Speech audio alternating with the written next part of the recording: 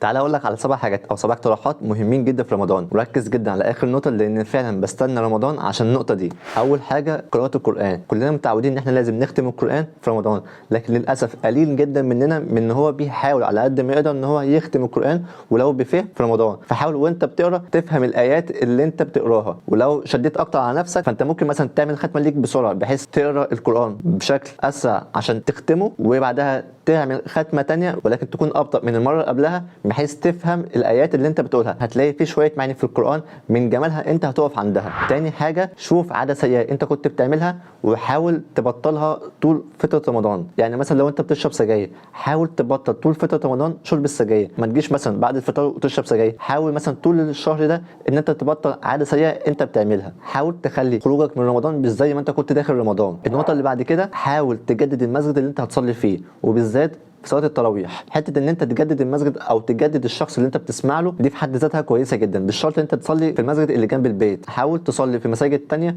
ورا شيوخ تانيين بحيث لما الشهر ده يخلص تبقى انت سمعت الاكبر قدر ممكن من الاصوات. النقطه اللي بعد كده، حاول تبطل السوشيال ميديا ولو بعدد ساعات معينه. للاسف السوشيال ميديا والنت بقوا شيء اساسي في حياتنا، فحاول انت بس توقفهم او تبطلهم في عدد ساعات معينه في رمضان. هتفرق معاك كويس جدا النقطه دي. النقطه اللي بعد كده، حاول كل يوم تتبرع ولو بجزء بسيط جدا. ما يهمش الكميه اللي انت هتتبرع بيها، ولكن ان انت تكون محافظ على مقدار معين ولو بجزء بسيط، فده احسن بكتير من ان انت تيجي كل فتره وفتره تتبرع. فحاول ان انت تواظب كل يوم بان انت لازم تطلع مبلغ صغير جدا. النقطه اللي بعد كده، حاول تصلي الفجر في الجامع. للاسف احنا اصلا مهملين صلاه الفجر في الايام العاديه، فما نجيش كمان في رمضان ونهملها. النقطه الاخيره والمهمه، طول الشهر ده لما بتيجي تفطر بيكون ليك دعوه مستجابه، فحاول تكتب كل حاجه انت بتتمناها او كل حاجه انت عاوزها في نوته او مثلا في اجنده، وكل يوم لما تيجي تفطر ادعي دعوه من اللي انت كنت تكتبها في الاجنده او في النوته بتاعتك وعلم عليها. ولما يجي اليوم اللي بعده اعمل نفس الكلام، تعالى شوف ايه الدعوه اللي هي عليها الدور وادعيها وانت بتفطر، وبعد كده علم عليها. انا حرفيا بستنى رمضان عشان اعمل الحركه دي. انا خلصت.